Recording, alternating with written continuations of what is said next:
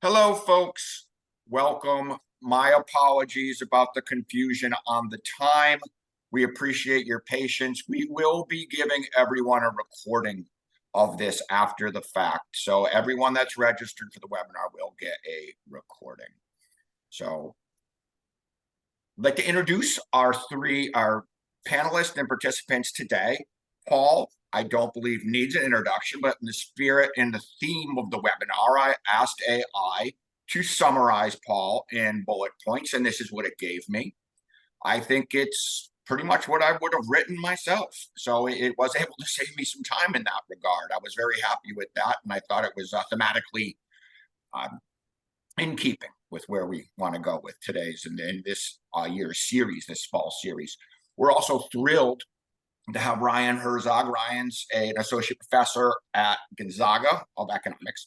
He's also a contributing author on the 7th edition of Krugman Wells Economics, and he's been working with the team for a while. He's a delight to work with. He's a wonderful instructor. We're thrilled to have him help facilitate the QA in the session today. We're also thrilled to have Aslan Winston, who is a professor at the University of Buffalo, also a wonderful teacher. We've had the opportunity to get to know each other better this summer. With that, I'm going to turn it over to Paul. Okay. Hi, everyone. Okay, I'm going to just do a few minutes of stage setting and where we think we are, where I think we are right now, as far as best I can make out. It's pretty, this is amazing stuff. And let me do the screen share, and there we go. You can see it. This is rough stuff too. We've got something that is still very much in a formative stage. We don't know a whole lot about. It may be years before we can really do an assessment of what it's doing, but stuff is happening. It's having probably a more immediate effect on the educational universe than almost any place else. But I can try and talk about this. So we have this stuff that people are calling AI, or if they want to be a bit more careful, it's generative AI. And the beginning of any discussion here has to be, look, it's not really intelligence. It's not going to be we're not actually talking about the Terminator or Skynet or HAL 9000 or anything like that. What we have are these large language models and something sort of related in the form of these image generators that is essentially assembling patterns from very, very big amounts of data and responding to queries by producing a prediction of what someone would say in response to that query. It's based on the patterns that are there in the enormous amounts of data. As the somewhat disparaging way to put it is that this is souped up autocorrect, but extremely souped up autocorrect. But it's basically predicting what the next word is going to be, or in this case, the next paragraph or more is going to be, given what you've the prompt that you've given. It's not thinking, it's not creative, and it's also not actually, it doesn't have any capacity for self-reflection, which is why you get a lot of lies basically out of queries that you put in. But that can make it sound like it's not doing anything important, which is not right, because a lot of what people do for a living, a lot of what we have a lot in the modern economy, we have a lot of knowledge workers of one kind or another. But a lot of what they do, a lot of what all of us do, is in fact basically souped up autocorrect.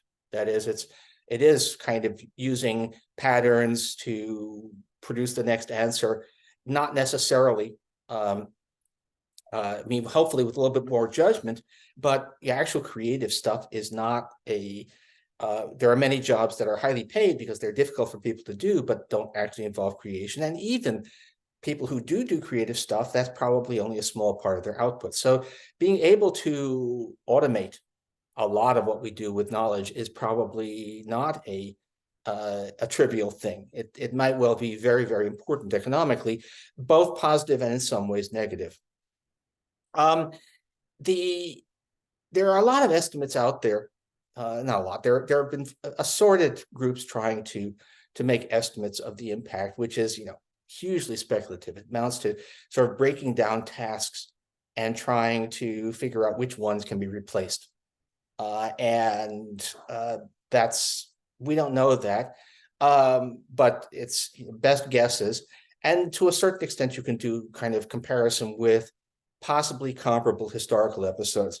So the most widely cited stuff is coming from Goldman Sachs, which has produced a bunch of scenarios, and their sort of central case is that over a 10-year period, and they're a little bit careful not to specify when the 10 years begin, but once people start to make large-scale use of this stuff, that it might raise productivity growth by about 1.5% on an annual basis, which is roughly 15 or 16% over the course of 10 years.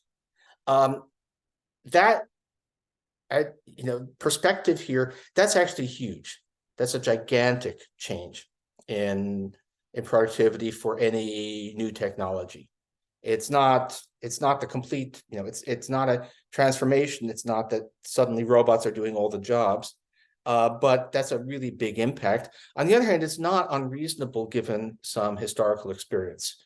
The closest model we have to what might be happening from generative AI is the technology-driven productivity boom that took place from about 1995 to 2005. Right, there was a long stretch when productivity growth was very poor from the early 70s up to the mid 2000s.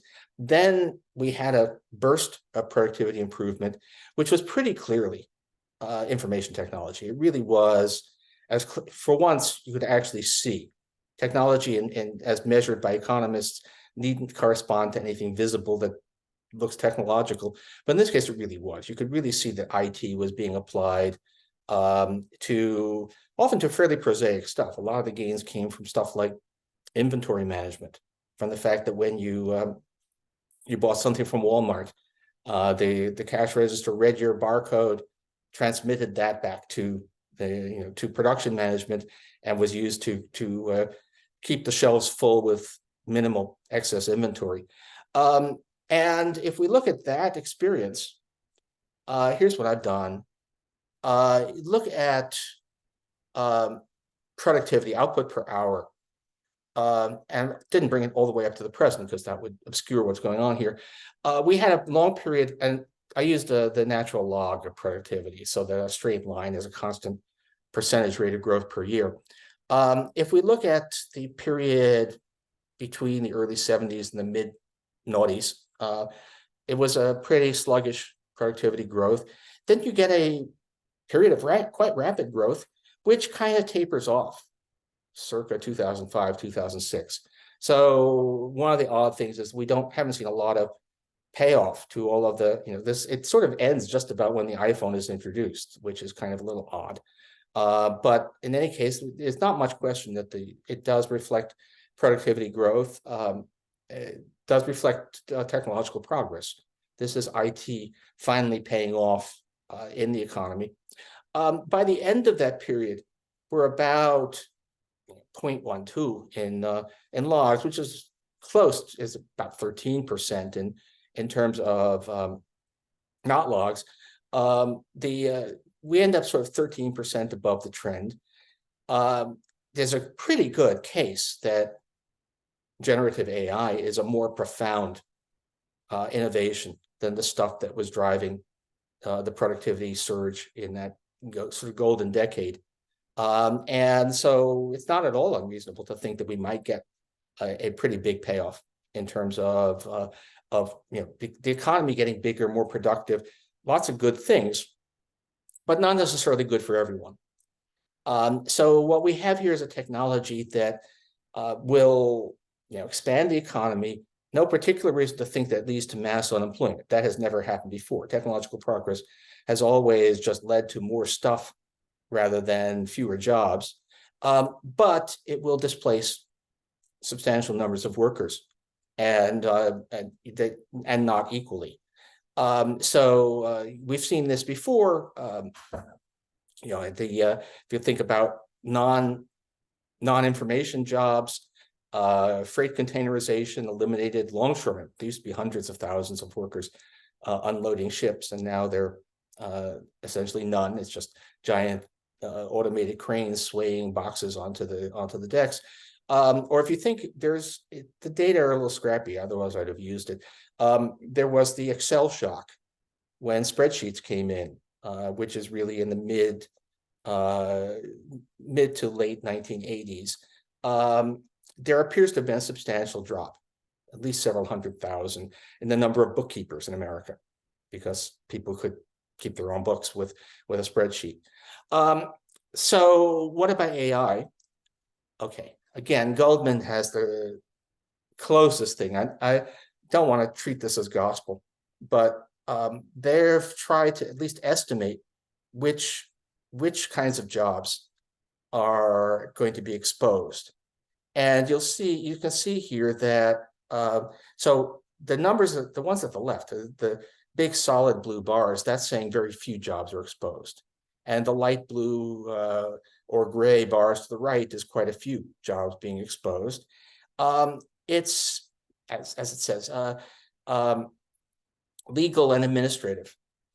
Hotshot lawyers probably not, will still be needed, but a lot of legal assistance not. A lot of administration can be automated. As far as we can make out, not, some productivity enhancement everywhere else. I would say, by the way, that one of these things, some of this stuff has too narrow a focus, that we talk about what we're calling AI right now, and kind of missing that there's a lot of related stuff that's happening elsewhere. For years and years, self-driving cars have been a joke. There are now at least a few self-driving taxis in San Francisco. So that looks like a technology that may be getting there, and that might strike more at this. But the jobs that are likely to be displaced for this time around are likely to be high skill, are likely, or at least highly paid. They're likely to be jobs that require a college education. In many cases, jobs that are pretty highly paid. There will be an increase in other kinds of jobs, but it might be the case that we're going to be seeing a shift of, that people who currently have highly paid, skill-intensive, education-intensive jobs will be forced into taking pay cuts. Will find themselves disrupted. And people who are doing, manual labor, we're a long, long way from having robot plumbers, will not be disrupted. And so this will probably, if anything, be equalizing. There's another thing, which is there's very preliminary evidence, but there's some indication that among people doing kind of high information content jobs, the new technology does more for the productivity of the sort of non-superstar performers. That the best 10% of your workers probably don't have a lot to gain from this stuff, but the bottom 50% probably are actually substantially helped, and that also will tend to reduce inequality. Okay, so let me end the screen sharing and just talk for just 2 more minutes. How is all of this going to affect, well, first, college teaching? I've been trying to figure that out myself and haven't quite yet. In a lot of ways, what we may need to do is to find ways to convince students not to rely on this stuff too much, because we know that it really requires sort of adult supervision. You can't just trust what ChatGPT sends you. And to do that, you need to have independent reasoning skills. You need to know something about the field as well. Personally, I've been making very little use of ChatGPT so far, even though I've been playing with it, because the things that I work on I'm pretty good at souped up autocorrect myself. I spend a lot of time immersed in them, and the ChatGPT doesn't tell me very much of what I don't know. But in areas where I don't, there's kind of intermediate areas where I know enough to spot stuff that looks wrong, but where I don't know enough to immediately sort of have the answer in hand, ChatGPT will matter. And there's we do need to think a little bit about what we thought were safe employment fields may not be. For a long time, I've been telling people learn how to code. And from what I've been hearing, both from news sources, but also just from talking to people who actually do this, is that actually artificial intelligence, what we're calling AI, does a lot to. It's actually a very good way of not trust it totally, but it will actually do coding for you, and that people can in fact save a lot of time and also do coding, even if they are not all that expert in it, because the systems will do it for them. So that's going to mean fewer, less of a premium for people who know how to do this stuff. So yeah, this is a really big deal. It's not supreme intelligence that's going to be smarter than we are. It's not really intelligence at all, but it is a big deal. And it's exciting to try and figure out where it's going to go. Stop it right there. Thank you, Paul. So I'd like to, if you don't mind, go back for a second. You said that it was likely that AI would reduce some of the inequality domestically. Do you see that it's likely to do the same thing internationally? Is this going to change some of the offshoring flows and some of the international inequality? That's a good point. I should have said something about that. This is not great for emerging markets. There is a real margin of substitution between actually Robin Wells, co-author. She's been saying, what will this stuff do that you can't hire someone in the Philippines to do for $3 an hour? And that's a good question, but sometimes it'll be cheaper. So there is a clear substitution between AI, generative AI, and offshoring. Which is, by the way, this is a favorite theme of mine, that we think that globalization is sort of always on the rise. The world is always getting flatter, but that's not necessarily true at all. And there's always a kind of a race between the technology of doing stuff at home and the technology of shipping stuff internationally. And this is to the extent that we have knowledge, think call centers, help centers offshore, generative AI means that you may not want to use those. You want to do it domestically. And I don't know about other people, but my sense is when something goes wrong, I'm less likely to find myself talking to someone who says that her name is Jennifer, but is actually probably Lakshmi, and more likely to find myself basically having a dialogue with a robot. And that's going to be a serious issue. I just flew this weekend and my text messaging was all AI. So I think that's with the call services now. Going into the globalization story with inequality, and I'm kind of asking you on the top of your head, for those teaching that topic, how is that going to fundamentally change how we teach trade, comparative advantage, or is it? It doesn't really. I mean, the principles, that's one of the great things about economics, is that usually the principles don't change. I mean, nobody these days talks about laws of economics. It sounds pretentious, especially given how bad we are at forecasting, but the principles don't really change that much. And this is, I mean, in a way, I like the fact that this is a case, this is the same principles that have led to undulating waves of globalization over time. That sometimes you do have a situation in which the technology of doing stuff locally advances faster than the technology of shipping stuff internationally, in which case you actually see some reduction in globalization. So, I mean, what does mean is more of just a practical concern. If you were thinking that everything is going to be outsourced, well, things that are where the software does it instead of a person, it's not going to be outsourced. Although exactly where it's taking place is another question. But that's but yeah, And so I think this doesn't change the way, but we probably do need, this has been a problem altogether. The way we teach globalization, international trade often is a little too fixated on, containers full of stuff, although that's still what most of world trade is, but trade and services is a bigger part of the pie, and this is going to mostly probably affect trade and services, reduce it. So in other words, those teaching principles still have a job in 5 to 10 years. Oh yeah, I mean it particularly, what, as you probably, anybody who's played with this knows, you ask ChatGPT for to write about some broader topic or some topic in economics.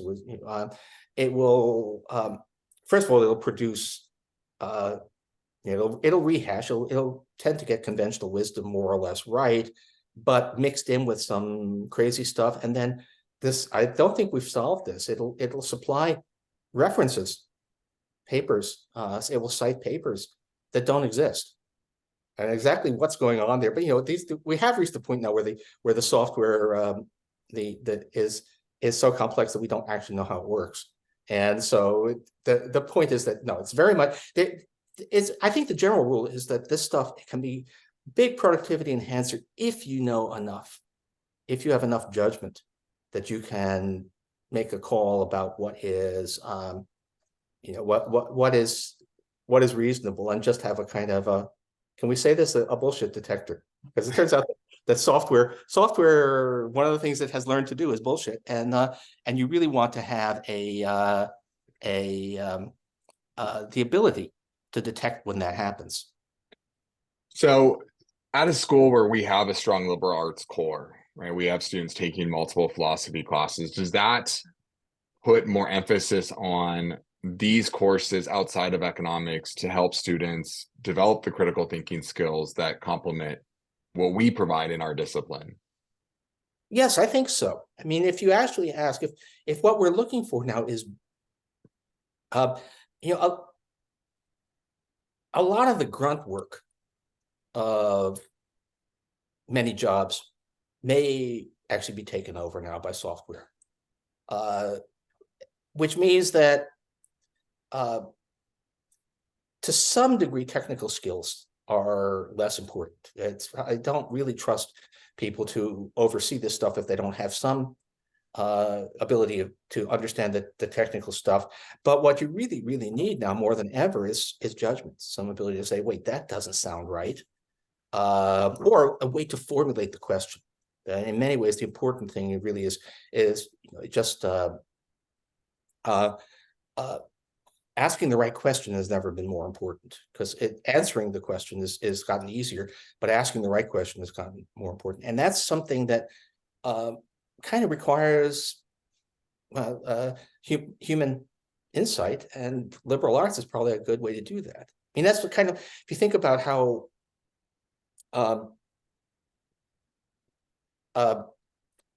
financial industry has always been kind of willing to hire people who have squishy backgrounds, who have backgrounds in the liberal arts, if they're smart and ambitious, because they figure that the kind of just general ability to judge stuff is more important than the specific. It's not, I mean, they may want some people who've taken finance courses or econ and as an undergraduate, but in fact, a history major or even a language major may actually bring the kind of judgmental skills that they need. So yeah, it's this stuff is actually saying, the whole learn to code is a lot less important now, and learn to think is more important, which is kind of a case for liberal arts. Yeah, I think you gave us the statement that we're going to run with. Asking the right question is never has never gotten more important. That's right. That's definitely yeah. It's so. I mean, if you just say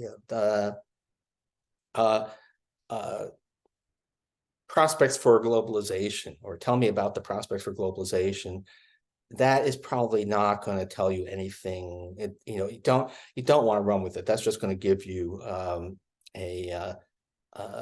summary of stuff that that may or may not be true. And if you want to ask something like more focused, actually, how will AI affect trade in services?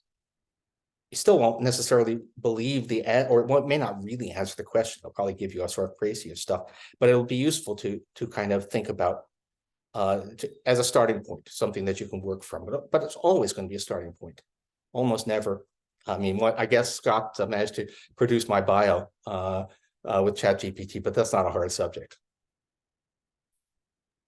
So as we become used to AI, all new technologies, I think, have this learning curve. But as we get used to it showing up in our day-to-day life, do you see that it might provide avenues for increased access to education, especially amongst populations who might generally not have such easy access to it right now? Oh, sure. I mean, for one thing, that's been happening, technology in general. Take my sort of cosmic history here. If you go back to the origins of education, of what we consider a university education, they before the printing press, students took notes because that was they couldn't afford books, and so notes on a lecture were how they we're long since past having to do that. But it's still been the case that access to basic information has gotten much easier. Access to and now you can get a lot more analysis, and we need to figure out how to make this work. But I do think that to get a really high quality education should become much easier. We'll have to see. But one thing I wonder is whether a particular online courses, the problem with online is you don't get the amount of interaction with the instructor that you do in person. But to some degree, you might be able to get make up some of that by interacting with the program. And so, yeah, there are. It's all very, very new, and I haven't. I'm still teaching a seminar, but actually, I don't want them using ChatGPT to do their problems for the seminar, and so I'm trying to make the questions I ask for their every 2 week papers more cryptic and elliptical than I might otherwise, so that they can't just feed it into ChatGPT and produce something that makes sense. So along those lines, then, if we're in the classroom, we want to make our education more accessible, especially to students who, maybe they're first generation students. Yeah. How can we maybe leverage AI to help with the particularly difficult economic concepts, or the ones that require some background knowledge in how academia works? Well, that's a really tough question. I mean, we're still all trying to figure this out, but I think it actually makes sense to it might not be a bad thing to be explicit about this instead of this. I'm doing this off the top of my head here, but instead of asking the students for essays and then trying to figure out whether or not ChatGPT wrote them instead of the student, it might be, and so at least in some cases, we should ask the student to have ChatGPT write something on this question and now critique it. What did ChatGPT get wrong, or what nuances are missed in this kind of synthesis? So then, kind of a follow-up with one of the questions that were asked. For our students and in general, what opportunities do you see AI creating in the next 5-10 years? Okay. So we're probably going to be seeing, actually, first thing to say is we're probably heading for a period, a bit of a golden era for, and this will depend on your students, but the idea that only elite jobs, only white collar jobs are going to be good jobs, it's probably going to be less true. To some extent, the generative AI is going to produce competition for a lot of traditional prestige jobs, but increased demand for for other things, and being able to work with the physical world, which is not inconsistent with also wanting a college degree and college education, is going to be worth more. You're going to have to think a lot about in career choice. I mean, I'm sorry, this is a very difficult thing to ask people to do, but you do want to think about, are you studying how much, you don't want to stake your whole future on acquiring a skill that might end up being automated away. It's going to be fairly obvious, which at least some of the areas. We'll see what else, but it's kind of clear that I mean, one of the areas that I actually think that college instruction is not going to be easily replaced at all. But my other job, I think can be a lot of journalists, a lot of sort of routine journalism, the sort of just producing reports on what happened in various parts of the world. That might be fairly automated. I will say,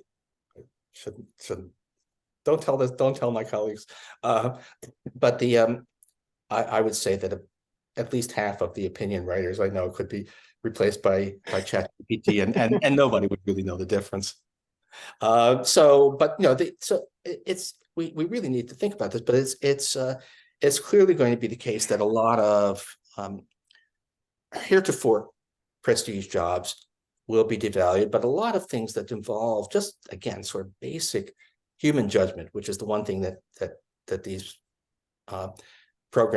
this software cannot do, is going to become really important. I may or may not be guilty of writing something and putting it in the ChatGPT and asking it to translate this into the words of Paul Krugman. Maybe a couple times. I know, and as one of the scary things is, one of the things you learn from all of this is how predictable you are, which is what I said. Basically doing souped up autocorrect. There is a clear stylistic thing, and what I've been doing. I've made almost no use of ChatGPT after a few, playing with it, but I've been using the image generators, because I can't draw worth my life. But if I have usually a satirical idea, I probably shouldn't share what they are, because they'll end up being political. But if I have a satirical idea, it's actually kind of amazing how funny the pictures are. But no, I mean, so there's a lot, but that's the thing, that the reality, if you're trying to follow, think about actual good work, ChatGPT can do a pretty good job of simulating something that sounds like, but it won't actually have the insights. It may be, it's an efficient information processing tool, but it's not the same thing as having real insight. For what it's worth, for people, I played around. I usually still use Google as my search engine. I was having some frustrations with it. Tried Bing, which automatically produces a ChatGPT based summaries and results on the side, and I find that I stopped doing it because I don't want to see that. But in some cases, it probably might actually be worthwhile doing. So in that same vein of the types of jobs that may be replaced by ChatGPT, we had a question asking how this would affect textbook publishing. So to what extent would AI now be, or potentially be, responsible for either contributing to or replacing new textbooks? Okay, for what it's worth, so one thing that maybe people don't know is we're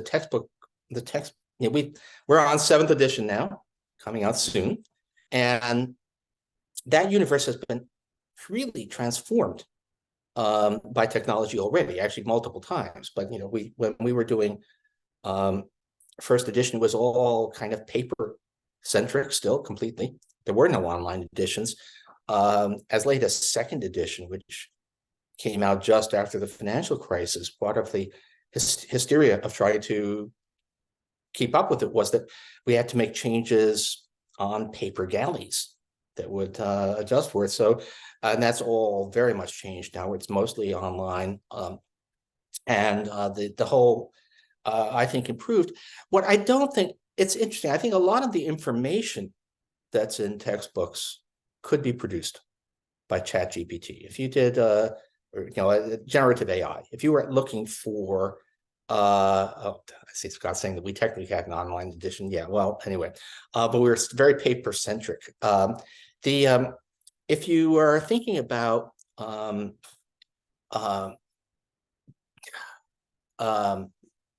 if you want summaries of the knowledge on, let's say, international trade,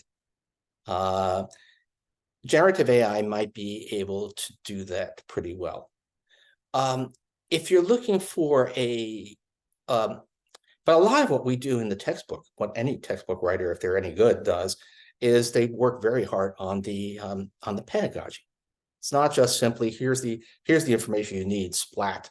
It's about how to develop that along the way, how to integrate it with the other, with testing and various ways of conveying the information. If you just present people with the thing, well, that there are some textbooks like that, but they don't actually tend to do very well because both students and instructors want more. They want something that is designed for their use. And right now, at least, generative AI isn't doing that. Now that 10 years, 15 years from now, who knows? But right now, it's a good way of, I won't swear that 8th edition will be produced without some help from generative AI. That when we have to produce some of the updates and so on, that we may get a first draft. But it'll be. I actually, the more I think about it, the less likely it seems right, because there's the purpose. These generative AI is designed to just do a data dump on your head, but that's not what students need. They need to be taught, which is not at all the same thing. Since Paul mentioned the 7E, do a quick share screen. We do have incorporated a number of things with ChatGPT and 7E. So we have this sort of introduction to students, which includes one of my favorite quotes that Uncle Ben said to Peter Parker in Spider-Man. With great power comes great responsibility, as a reminder to the students on using this tool. But we have sort of some stuff in there about how students can use ChatGPT with not. We do caution to always follow their university, college institutions, academic honesty, integrity policies as they're doing it. But there's a number of things in our book that we've added. Paul added a bunch of stuff in economic growth on AI. But lots of different ways students can use ChatGPT in a relatively harmless way that's not going to get them in trouble, that we have added as an intro to ChatGPT. Yeah.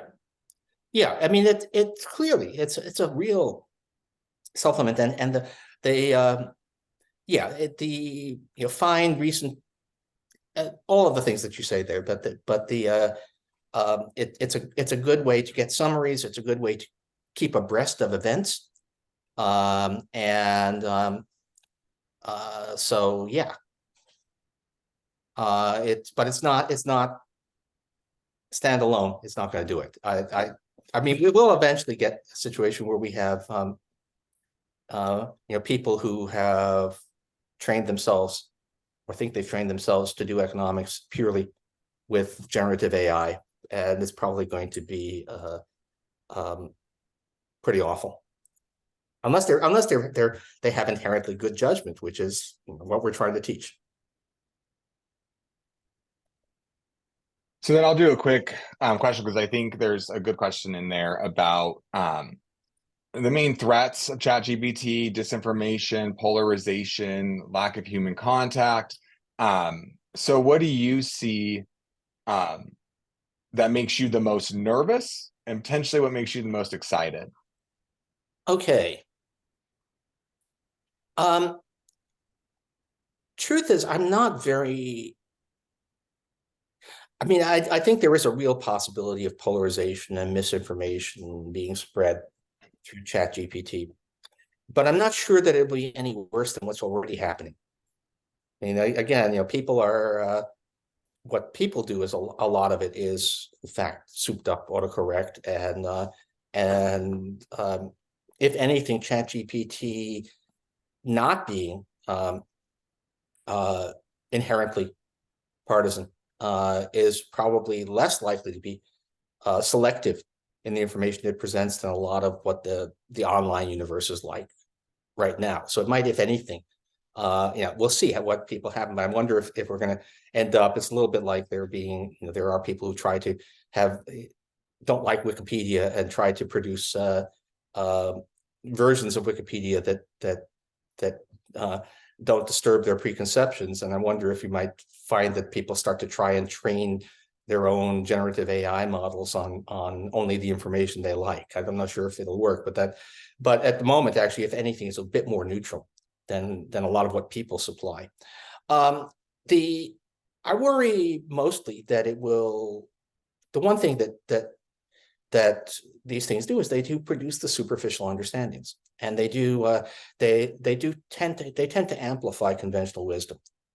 And that's not necessarily most of the time conventional wisdom is mostly right. There's a reason it became conventional wisdom, but to a certain extent, you may have situations where, well, to take an area, I've been talking a lot about. I was recently giving a keynote speaker at a thing on the future of globalization, and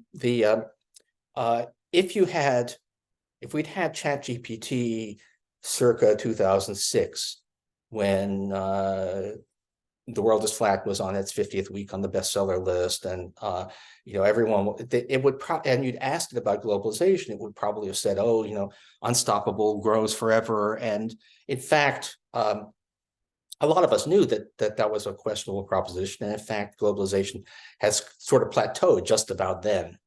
And to take what is currently a popular view and turn it into a truth, as opposed to this is a view, and the point of an education in economics is partly to say let's think about the fundamentals, let's learn about the principles, let's see what drives trade, and just anecdotes and best-selling books. No shade on my colleague Tom Friedman, my colleague in my other job, but what's best-selling, what's currently fashionable is not necessarily a very good guide. And I guess one way of saying that is that generative AI may be especially subject to intellectual fashions as opposed to enduring truths. So given this, the kind of polarization in ideas that get perpetuated through AI, and also the potential of AI for cheating, do we need to be worried, or do employers need to be worried about the knowledge of graduates as a result of use of AI? Yeah, I mean, I'm not sure that we've figured out entirely. I mean, I think we have to take it as a given that any essay that gets submitted is going to be to some, at least in part, not written by a person, not written by the person that's submitting it. I don't know any way to stop that. You can try to look for markers that would suggest that this is not really a person, but these programs are increasingly sophisticated. So we're probably going to have one of the odd things that we may need to rely more than before on face-to-face interaction. We may need to pose more subtler questions than that will show up when there is anything there. Yeah, I mean, it's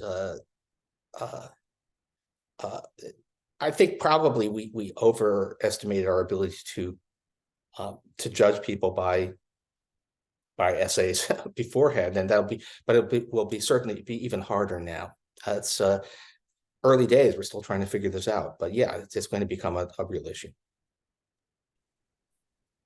I see college admissions officers, a lot of countless sleepless nights as they try to weed through essays.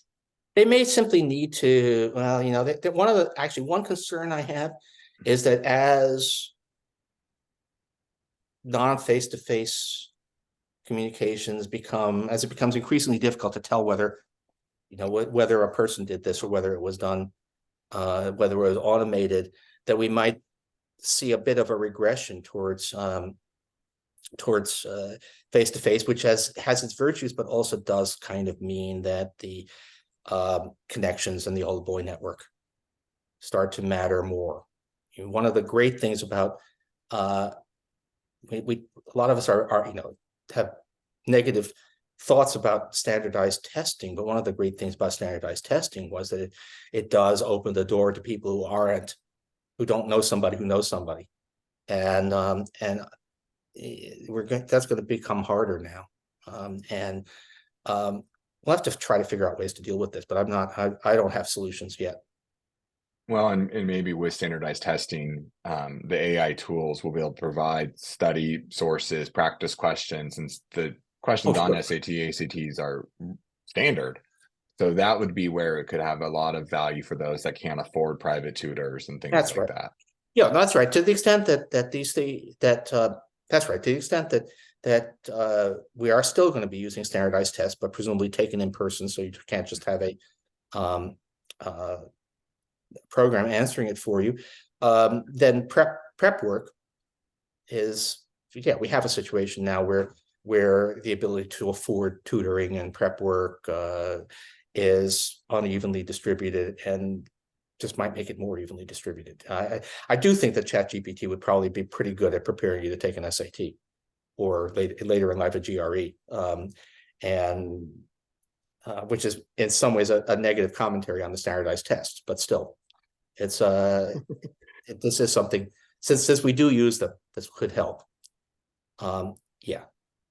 So I'm going to ask one more, and then I'll turn it to Ajlin. But in economies of scale and education, we just talked about opportunity on SATs for those that can't afford tutoring. Will this create increased opportunity for lower income countries to have access to education?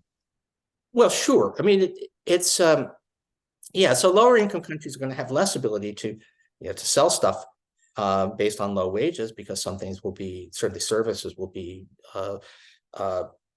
something where their low wages are less necessary. But yes, I mean, if you want to think, I mean, everything I've said, if we want to compare learning from generative AI, a ChatGPT, let's just say there'll be other versions, but if we want to compare learning from ChatGPT with having a high quality in-person instruction, I still think the high quality in-person instruction will be better.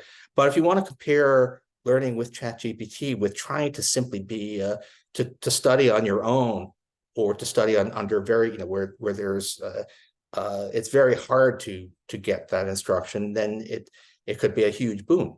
So this is actually kind of back when I was talking early in this discussion about indications that the productivity gains are bigger for the the non-elite workers doing a task.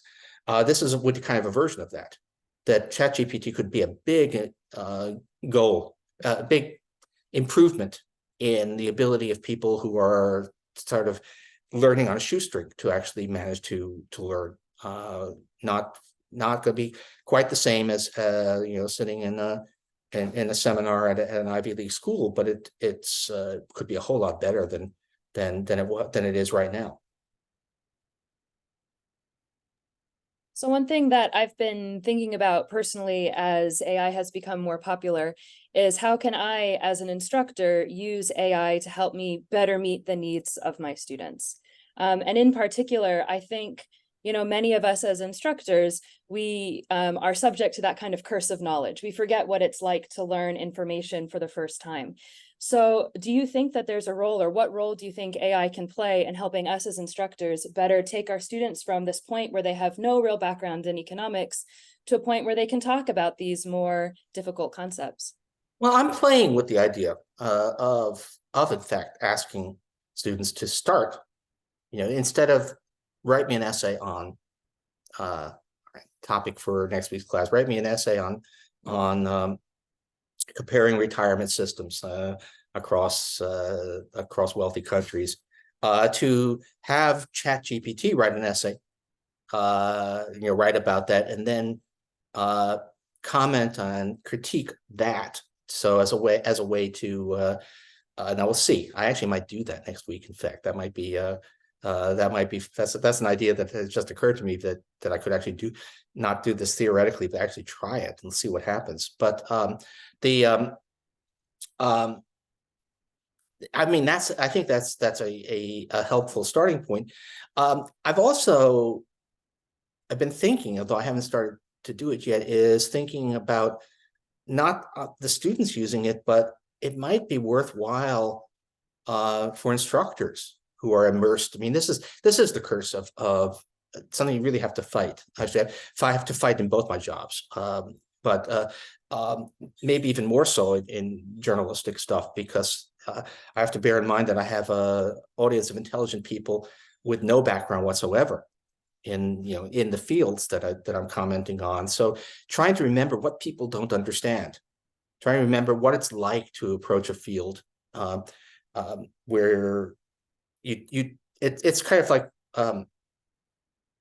movie reviewers. One of the problems is that movie reviewers tend to watch too many movies, and so they don't actually approach movies the way the rest of us do, and so their reactions may not be a good guide to how we're going to appreciate the film. And this is but it's in some ways at this point, I think ChatGPT kind of is, when I've tried it on stuff, and I haven't done it a whole lot, but it tends to be kind of what a smart person without a lot of background in the field would say, and that's useful. That's a corrective. That's if it's wrong, which it is sometimes, that's useful, because it's kind of telling you what people might well get wrong, or what many people out there in the world of particularly online communication are getting wrong. Yeah, it's the understanding what isn't obvious. I won't tell you. I think someone who wrote a textbook that didn't succeed. Part of the problem was that he knew that he was smarter than everybody else, but he didn't realize how much, and so he produced a completely unusable book. Anyway. Well, I think what you just highlighted was kind of hitting at a few of the questions we still had. Can AI help explain some of the esoteric concepts in economics? What about some of these new theoretical, empirical results that have come out? So it sounds like AI really, from your view, things that are more complicated, it's going to struggle with, because it just doesn't have the information, the quantity of information available to gather, and new stuff. Yeah, it particularly well. Yeah, I mean, it's something like what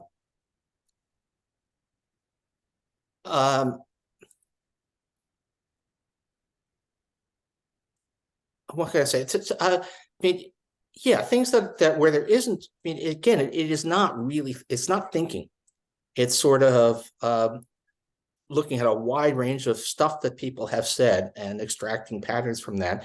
And if something is really new where there hasn't been a lot of discussion, it's going to not be very good at it, and may well be dominated by, in some cases, by crank stuff, because that's going to, if you wanted to ask about the economics of AI, right now, there's going to be a lot of people who are piling in, or the implications of AI more generally. A lot of people are piling. The truth is, we don't know a lot. And the people there's a kind of a Dunning-Kruger.